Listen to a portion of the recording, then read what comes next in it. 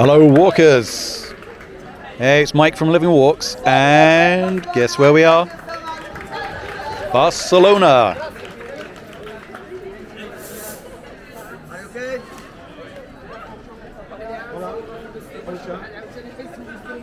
Stay with us all the way to the end. We're going to walk around the famous Gothic Quarter here, and with its ancient alleyways and squares as our backdrop, we're going to learn some unusual facts about this most ancient and famous city.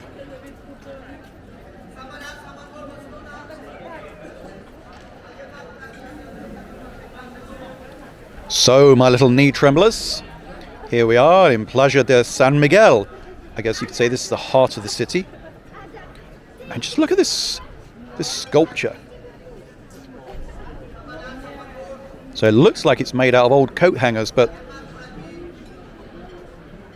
how the devil you make something that size, how you manipulate it is just, beyond me.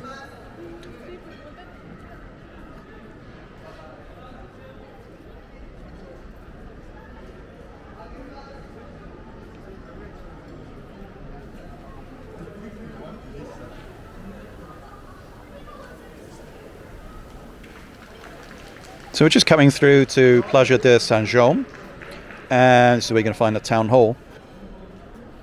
But here, let's talk about Barcelona. Barcelona is old. In fact, it's said to be older than Rome. And there are signs that people lived here as far back as 5,000 years BC.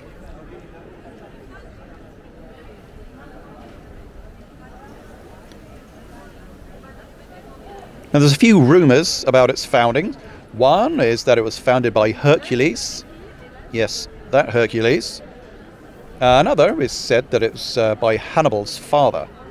Although there's very little evidence here, really. But what we do know, that it was a Roman colony, Barcino. And we might see a few remains of that later on this walk. In fact, I know we will.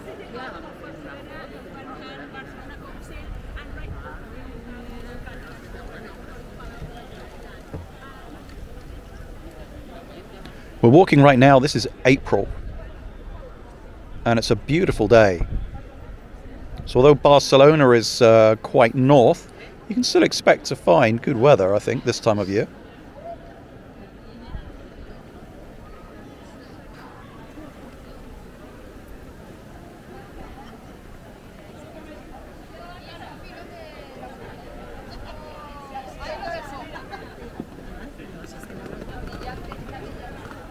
So if you didn't know it, Barcelona is the capital of Catalonia.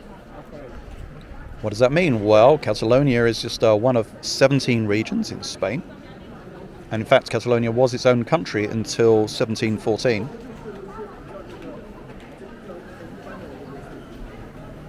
And here in Barcelona, there are two languages spoken.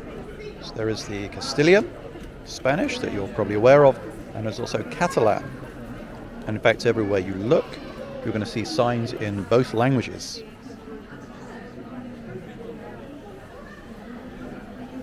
And Catalan is not just a dialect, it's a complete language of its own.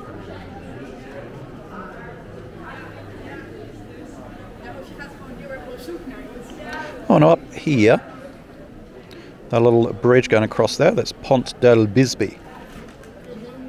It's quite famous. It connects the two buildings, obviously, to the sides. One of its most photographed points, though, is there's a skull, and I think I'm just going to try and show you up here on the ceiling. And it's got a dagger embedded in it. A few stories about what that is. Some say it was a curse by the designer, by the architect. Whether he didn't get quite the money that he was expecting for the building, who knows? Perhaps laid a curse on those that failed to pay him. It's one of the stories I've heard. Let's carry on down here. And don't you just love these close medieval kind of streets and alleyways. I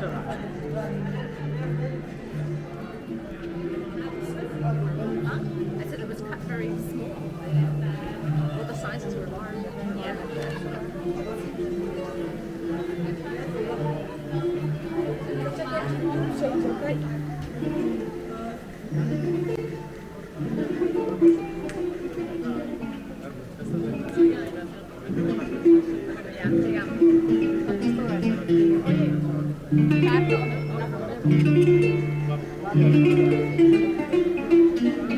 Very nice.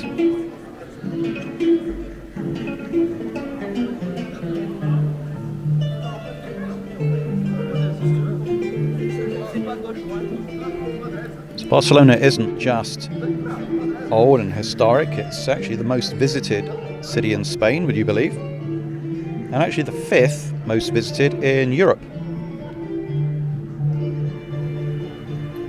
And it's undergone many changes. I think if you had been old enough to come back here in sort of like the 1960s or 70s, well, it had a slightly different reputation. Perhaps not one that's as safe as it is now. But two big things really changed the fortunes of the city, I'd say. 1986, Spain joined the EU. And there was obviously a flood of money coming into the country. And also in 1992, they hosted the Olympics. And they were very canny with the money they got from the Olympic Committee. Rather than just building huge stadiums, they renovated one they already had, and then used the rest of the money to really renovate the whole town. So they improved the sewage system, they increased the number of green spaces and beaches by 75%. In fact, if you see one of our other videos, we take a walk along the beaches themselves. 3 kilometers of new beach were created. All imported sand, all opened, ready for the Olympics.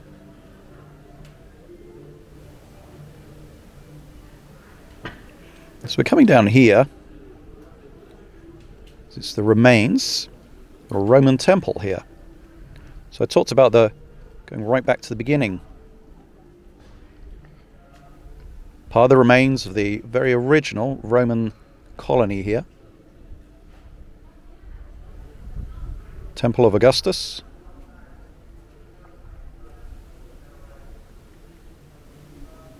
So there's not much standing from those days. So we have this little area in here, just off to the right, which you'll see in a moment. Then we also have some of the walls of that first city. They're still here, they're part of the Basílica. They're still here as part of Barcelona Cathedral.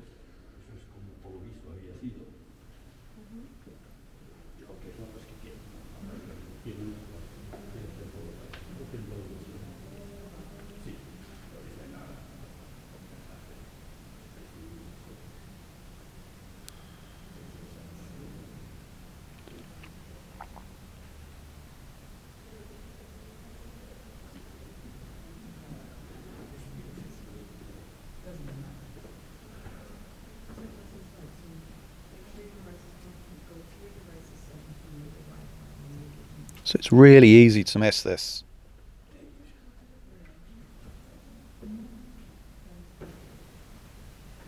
And it doesn't help, of course, because the Gothic Quarter, being the oldest part of the city, is a little bit like a little labyrinth. So if you're coming here, allow a good few days to find your way round, to settle here.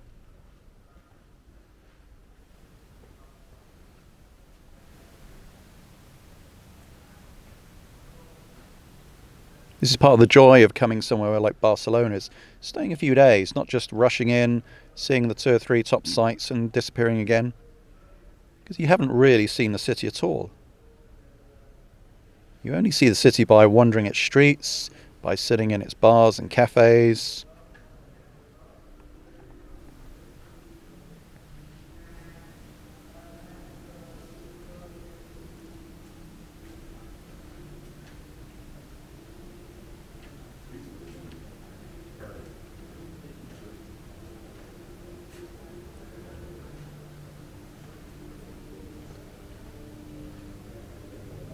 You might be interested to know that cannabis smoking is illegal here.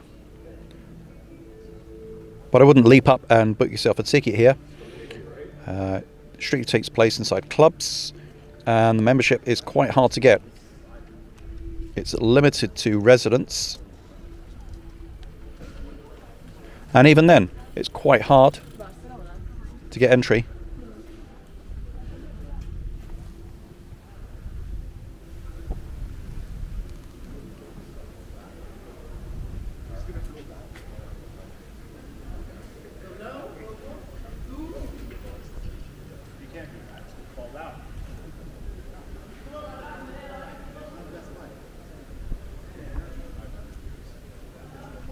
I think we're going to take a little shortcut through here. It's going to take us to King's Square, or Plaça del Rei.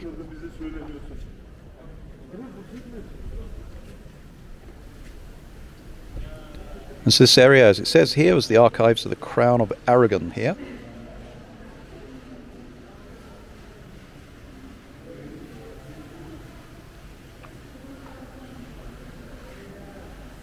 So in this city, there's at least 55 museums, and there's some very famous ones. There's a contemporary art museum, there's the Fundació Joan Miró. But would you believe which is the most popular out of all those museums? And that's right, it's the museum for FC Barcelona.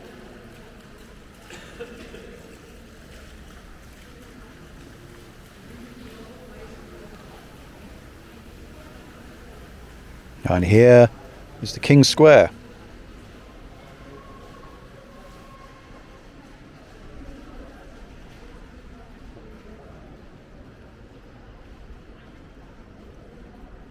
This was the residence of the Catalan counts from about the 13th century, for maybe 200 or 300 years.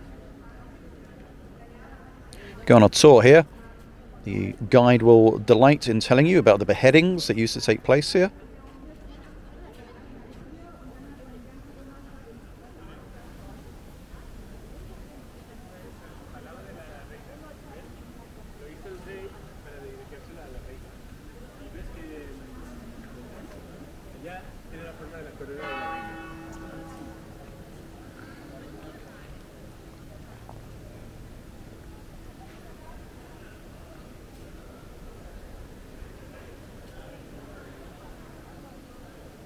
And what a view.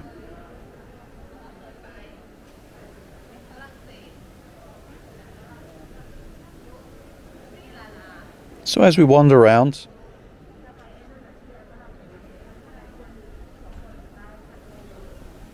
I'll fill you in a few more quirky details about this just amazing city. And if you're coming here, you know, it's good to know where you are.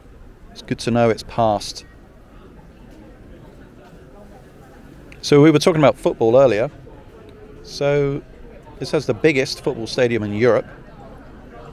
And in fact, actually, it's the second in the world. So it's only North Korea that's got a larger stadium.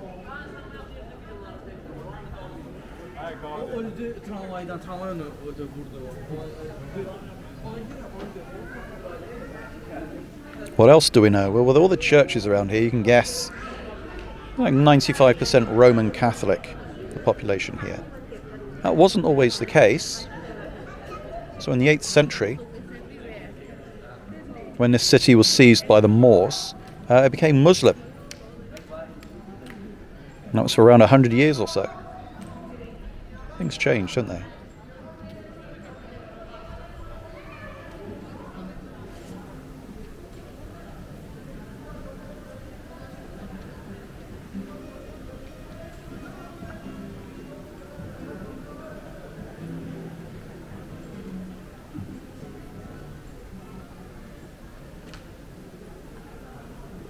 If you come here on Valentine's Day expecting to do the usual Valentine's thing, maybe making a nice surprise for somebody, you might want to be aware that Valentine's Day here is on a different day.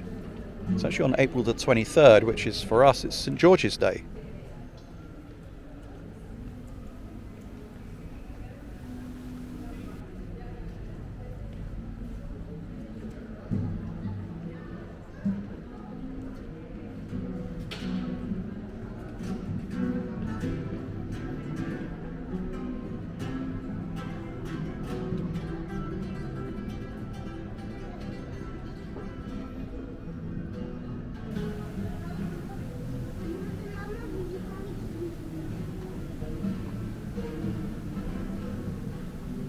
Now, the Barcelona skyline could have easily looked a little bit different because, would you believe, the Eiffel Tower was very nearly built here.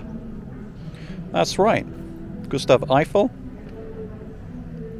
originally thought it'd be an excellent place to have the Eiffel Tower, his famous tower, but Spain felt, well, it doesn't quite fit the skyline.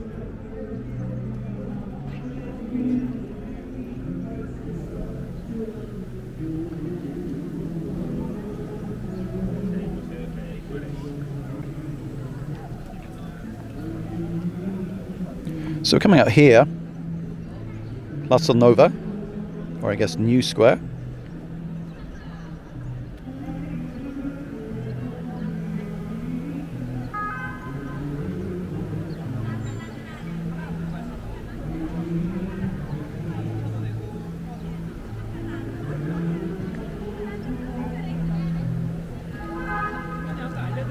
Over to our left, I'll show you in a moment, is Barcelona Cathedral. Now, we're not talking about the Sagrada Familia, which is probably what you're expecting. That towering sculpture by Antoni Gaudi. No, this is the actual cathedral here. And again, the remains of the original city walls, the Roman city, actually form part of the walls of this cathedral.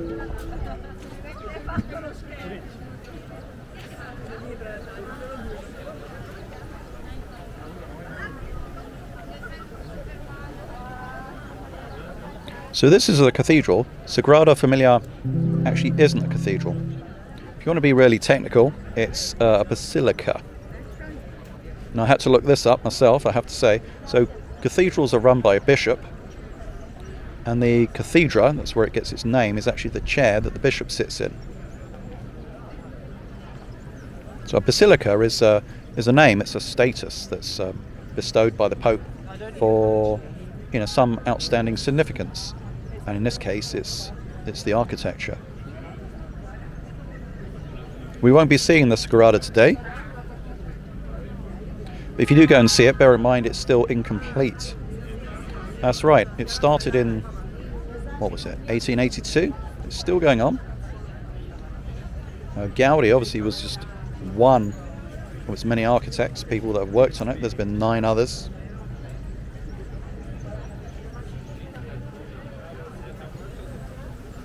Apparently the Great Pyramids in Egypt took less time to build. They took about 20 years. This has taken considerably longer.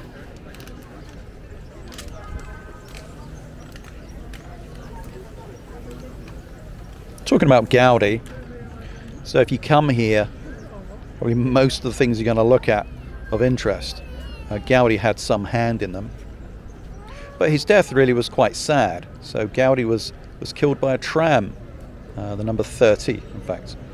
That was in 1926. Now, he is buried in the Sagrada Familia. And it's such a shame, because maybe he didn't have to die. So, when he'd been knocked over, apparently the story goes that the people around him thought he was just a beggar, and they just left him there on the street for ages, until some kind person came along and tried to tend to his wounds. It was a little bit late.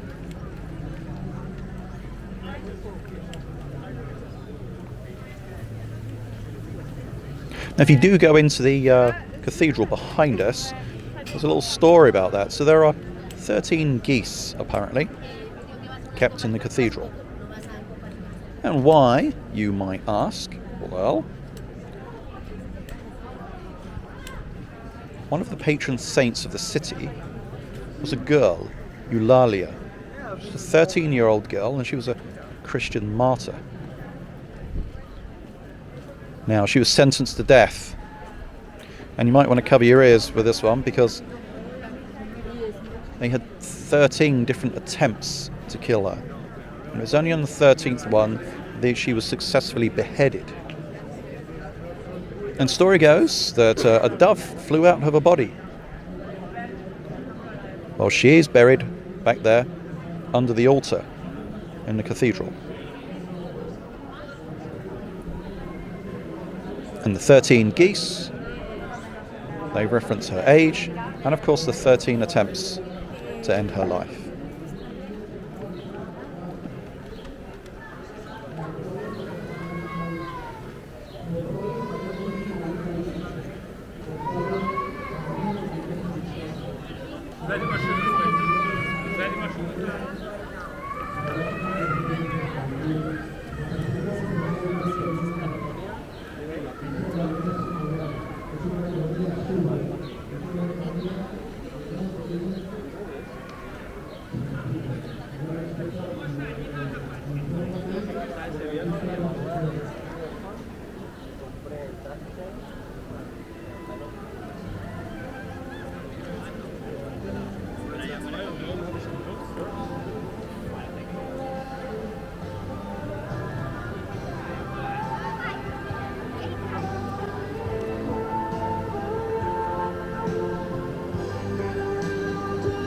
...16 de abril, Día Internacional contra la Esclavitud Infantil.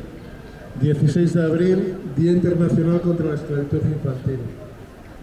Estamos aquí porque nos sentimos responsables de 400 millones de niños en el mundo que son sometidos a trabajo. As you walk around the city, you're going to see a lot of tourists at certain times, and that's probably simply down to the fact that Barcelona has the biggest and the busiest cruise port in the whole of Europe.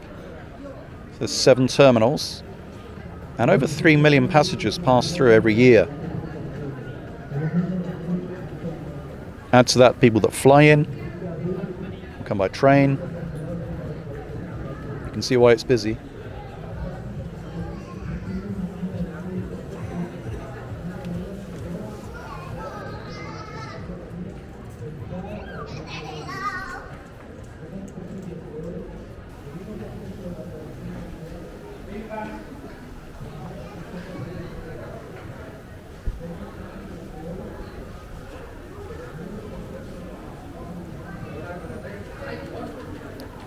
So I said this was the Gothic Quarter, and why is it called Gothic Quarter?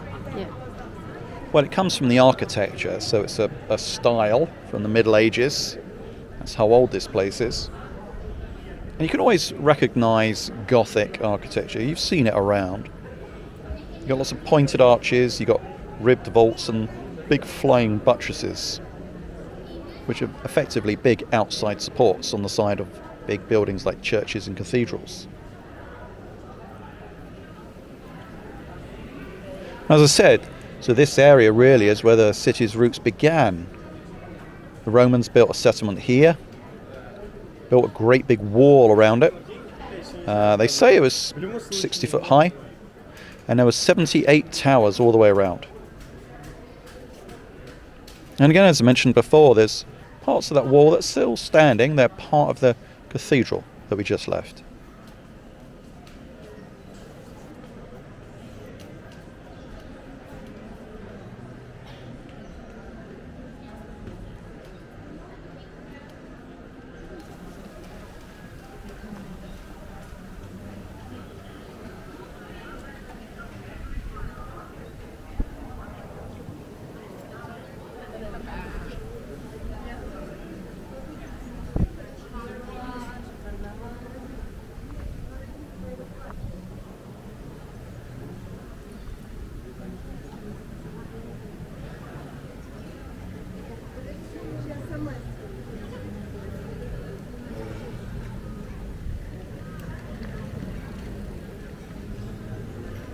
Back here again, there's the cathedral.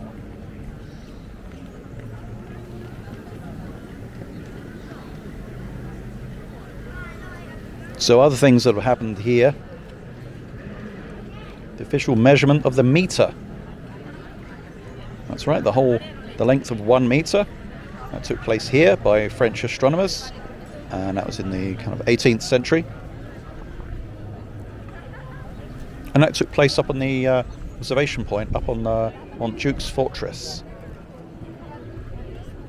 And that might be somewhere that you end up visiting when you're here.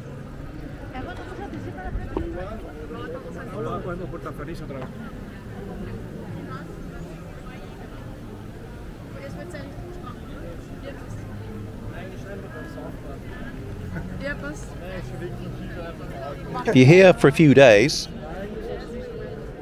one thing I would suggest is maybe you get yourself out to somewhere like Sitges. So Sitges is a seaside town. It's about 40 minutes away on the train. But it's small, it's historical, it's got great beaches. In fact, it's got one of the best beaches in Europe, San Sebastian. We've got a walk on that too. You might want to have a look at that one. Perhaps we can coax you into going.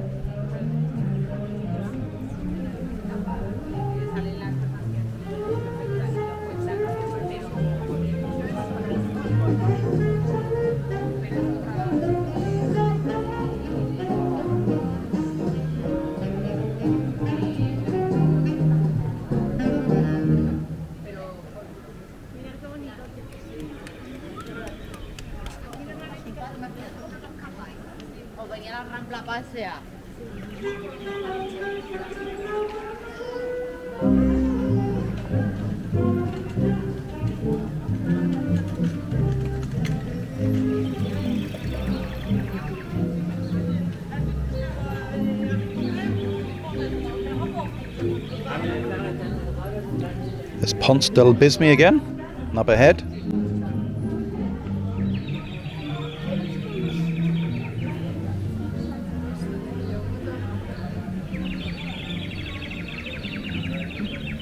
There's men there making bird calls.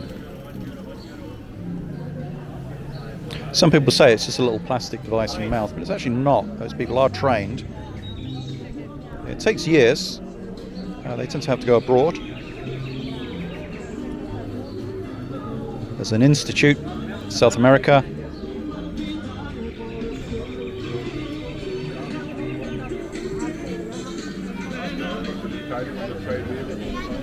And there's a real feeling of pride if you make it through the course. And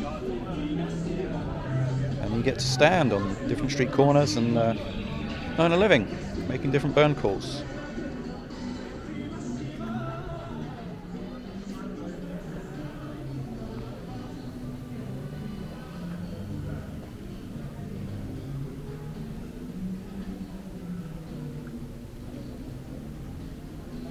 This is one of the real pleasures of coming to Barcelona, is just losing yourself in these squares.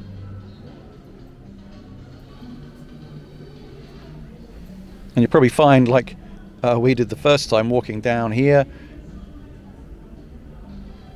you're out of satellite connection, so your Google Maps will go a bit whiffy.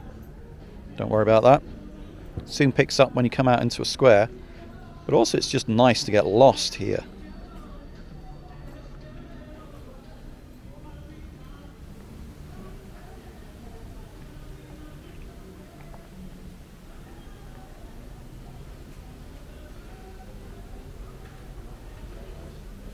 So I do know where I'm going, honestly.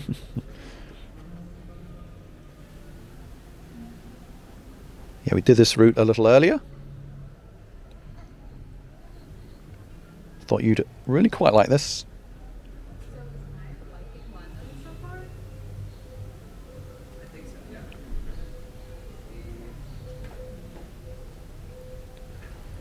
So, Plaça Sant Felip and Neri. Quite difficult to find.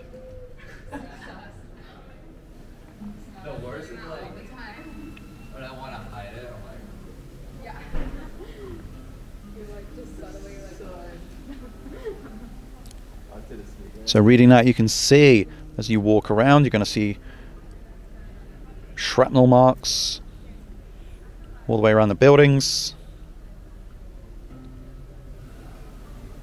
harking back to that bombing,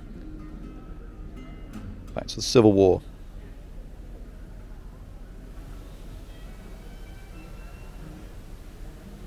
But it's a lovely quiet little square. Little cafe over to our right.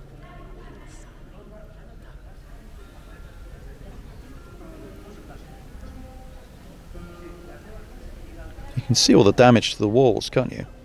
Not much was left standing.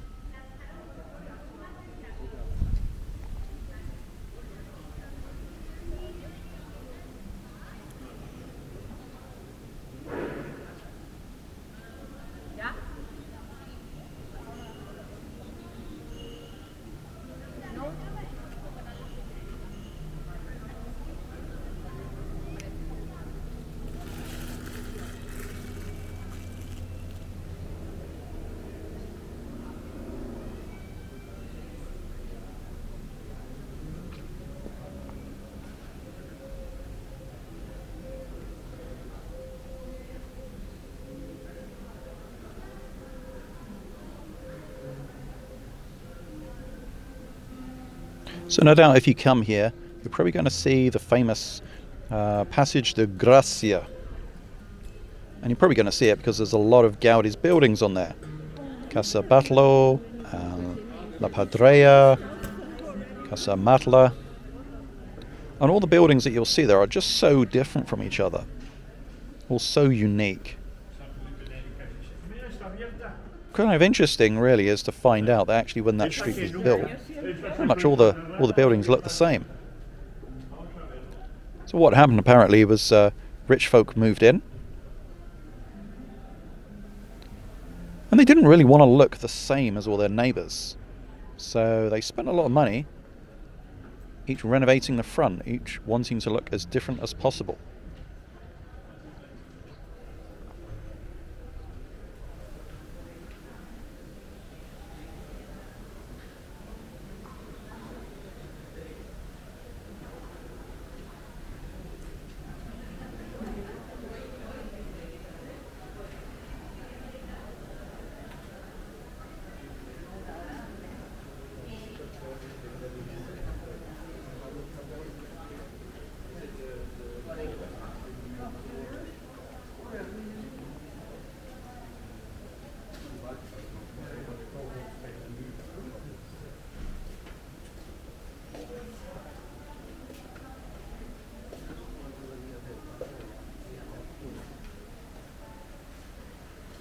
Some of you are probably wondering, well, where's Yvonne? She's managing to keep out of shot very well.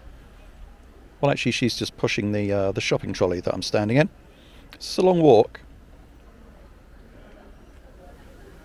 And this is the only way to get the camera really smooth. So she's just behind me. Hello, Yvonne. They say hello. Yeah, good. She says hello.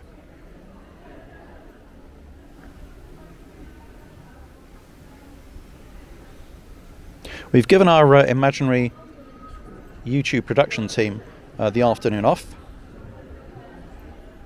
They're going to go and do some filming for a little bit of B-roll, etc. And then they're taking the afternoon off, go down to the beach. Barcelona has beaches. I mentioned that earlier. Really easy to get to.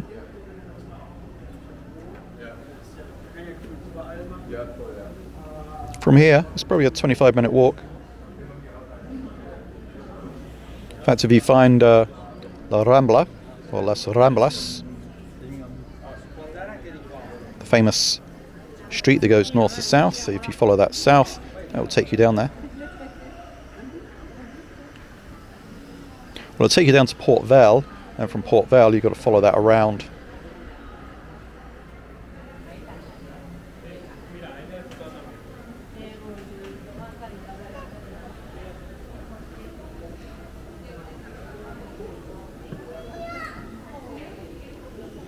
Shall we go down here? Yes, let's go down here.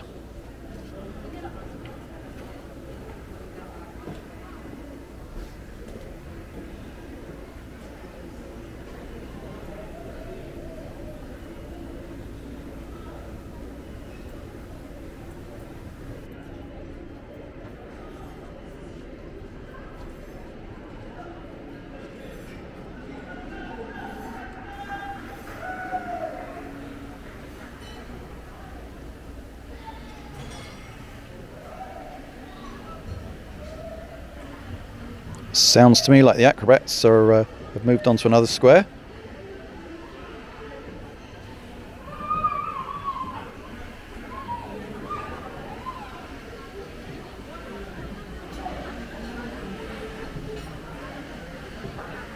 Actually, I think they're another group.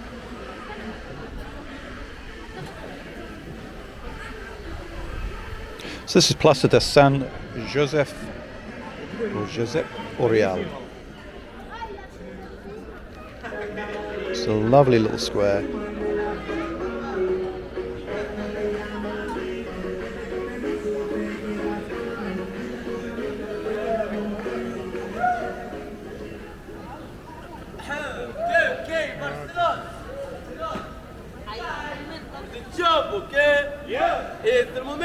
My friend, I really gotta jump over this gate. Sí. Ahora, mi amigo va a saltar por encima de esta silla. Super, no.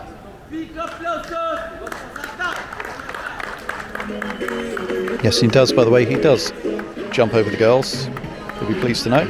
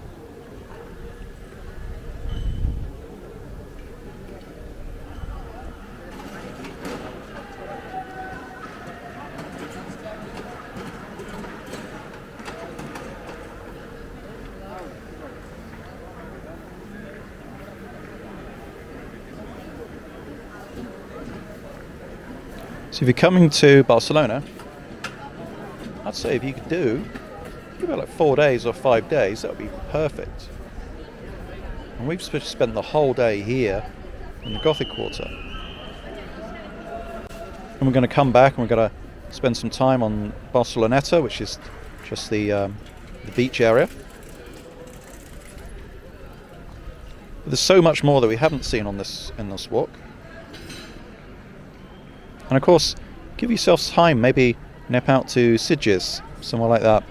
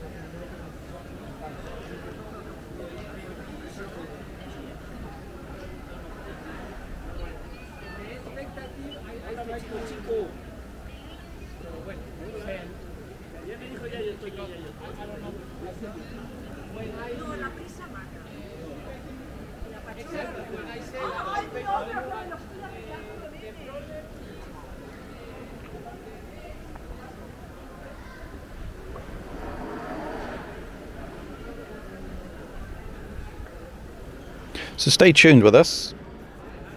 We are going to see Las Ramblas, or La Rambla. It's got two names simply because, well, La Rambla is actually 5 streets, not one. Hence, sometimes it's used the plural, Las Ramblas.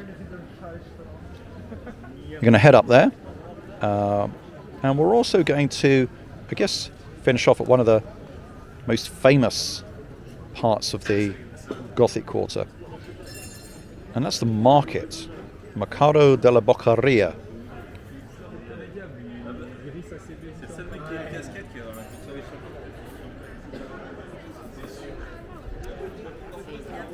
Dates back to like the 1200s. Everyone floods there. It is a sight to see, although bearing in mind it's quite touristy. So stay with us all the way to the end. We get a walk around there, see what it's like, soak up the atmosphere.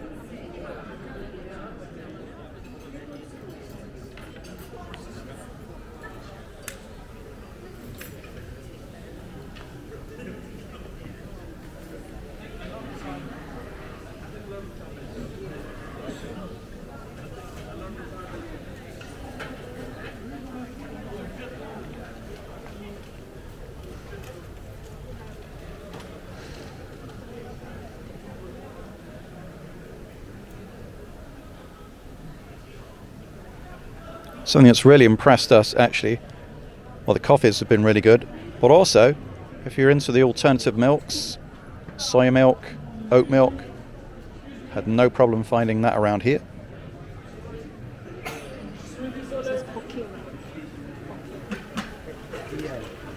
If you're asking for a coffee and you want it with soy milk, you can just ask for café con leche de soja.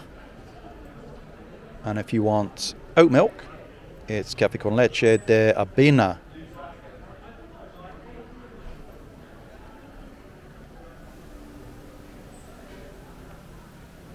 Of course, if you're more traditional and you just want cow's milk, you know what to ask for, don't you? Café con leche.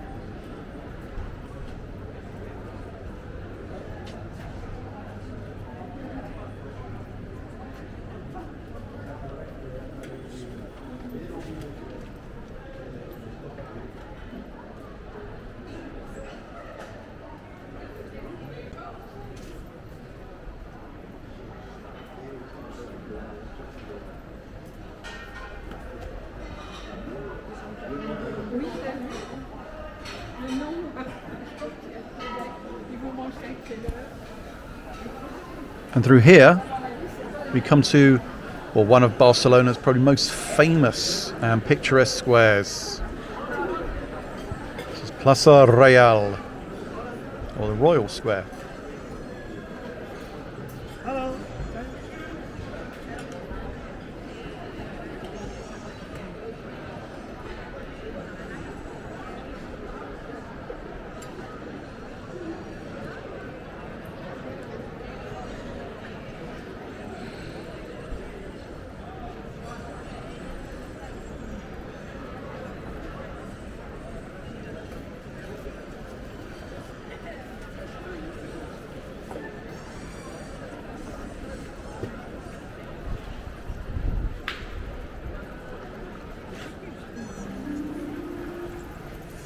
I think you can see why it's so famous. Its palm trees, its fountains.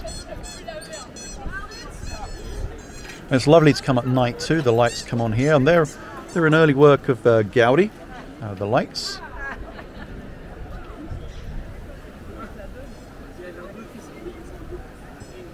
There's lots of places obviously to sit and have a drink, watch the entertainment, have a meal.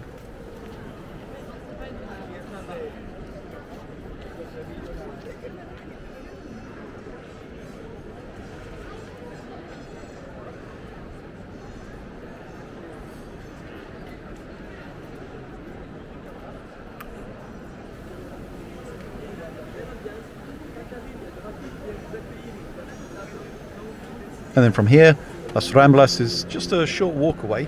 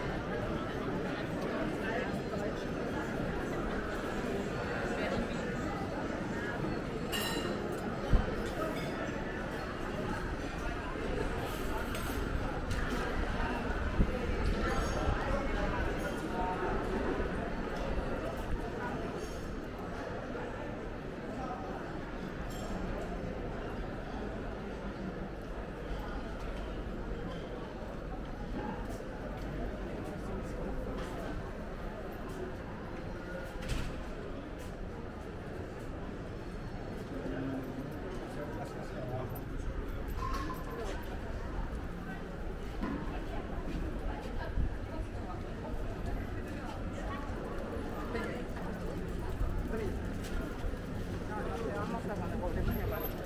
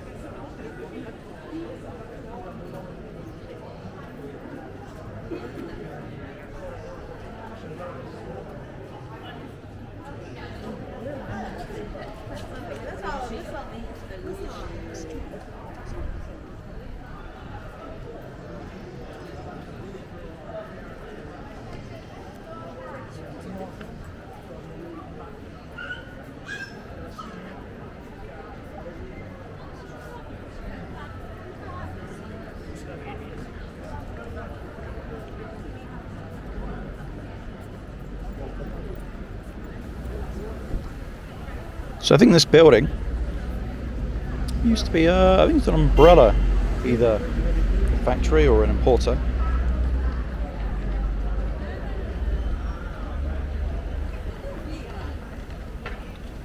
And this street here, this is Las Ramblas.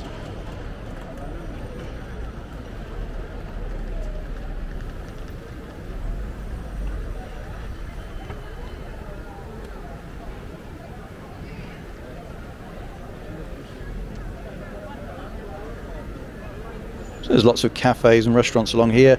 I mean, it is really, really touristy, obviously. But if you want to sit and watch people go past, there's a lot of atmosphere. What do you think the must do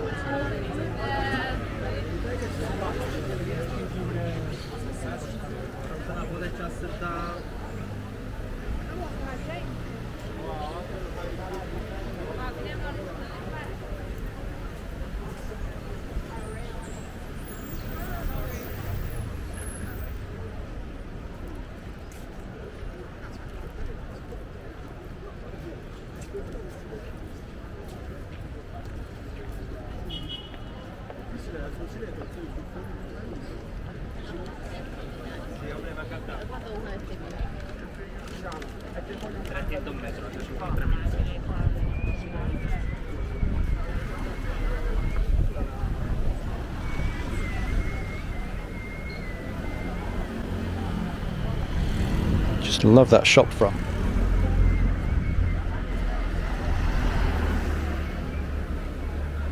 These things you only see if you're walking around, if you've got the time to do it.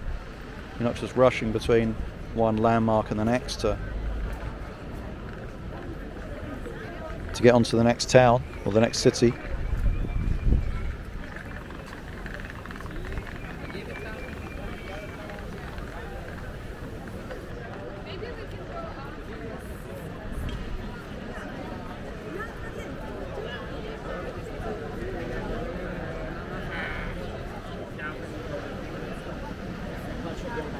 Vedi, però assicurati che ci vedi.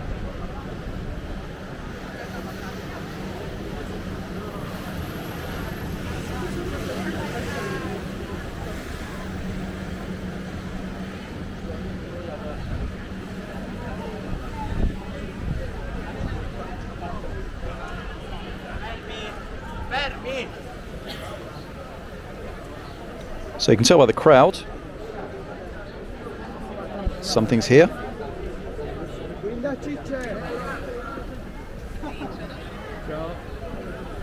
And there you can see the Mercado de La Boqueria, the entrance. Its official name is the Mercat de Sant Josep.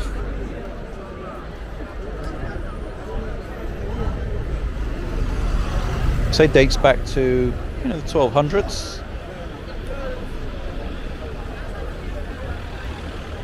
Now the name derives from the word bok, so that apparently means goat. So originally this was a place where you could get goat meat. The goat meat was sold.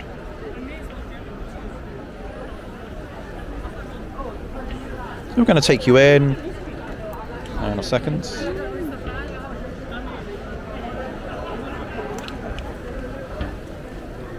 Right, let's wander through, see what we see.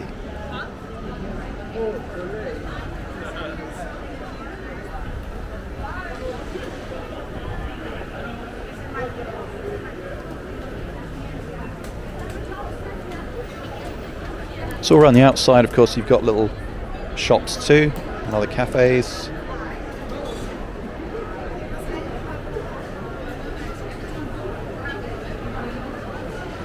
So this one over the years has really started to tailor for the tourists more.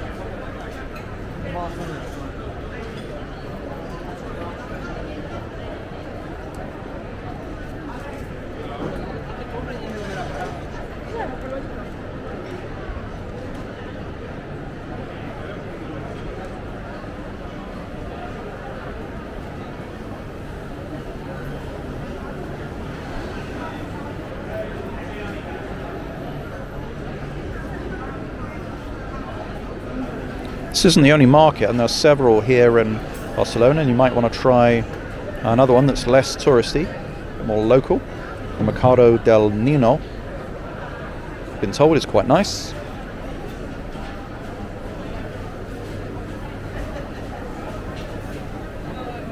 But you know what, even walking along here, it seems a nice place to sit, doesn't it? Whether it's touristy or not, doesn't matter. Sun's out, there's a buzz in the air. Sitting here with a little tapas. Hello, yep, cheers mate.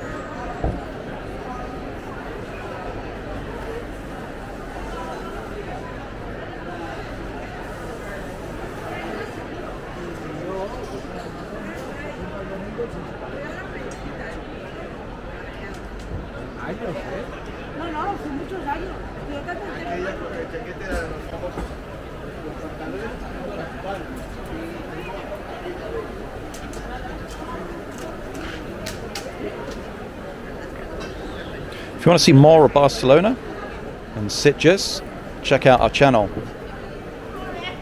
We've got loads more films here. Some narrated, some we keep quiet so you can soak up the atmosphere. But do have a look, we got some real crackers up there.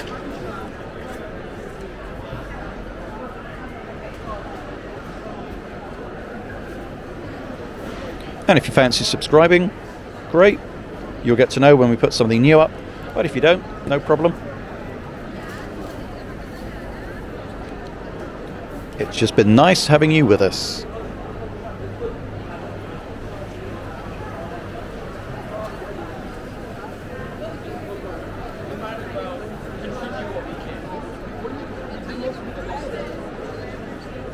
We could do like, that's fine.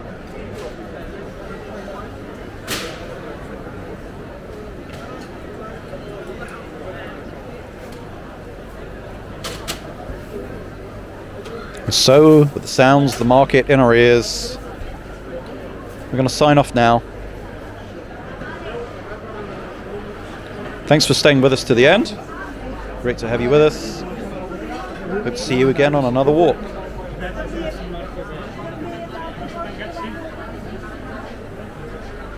Take care. Adios.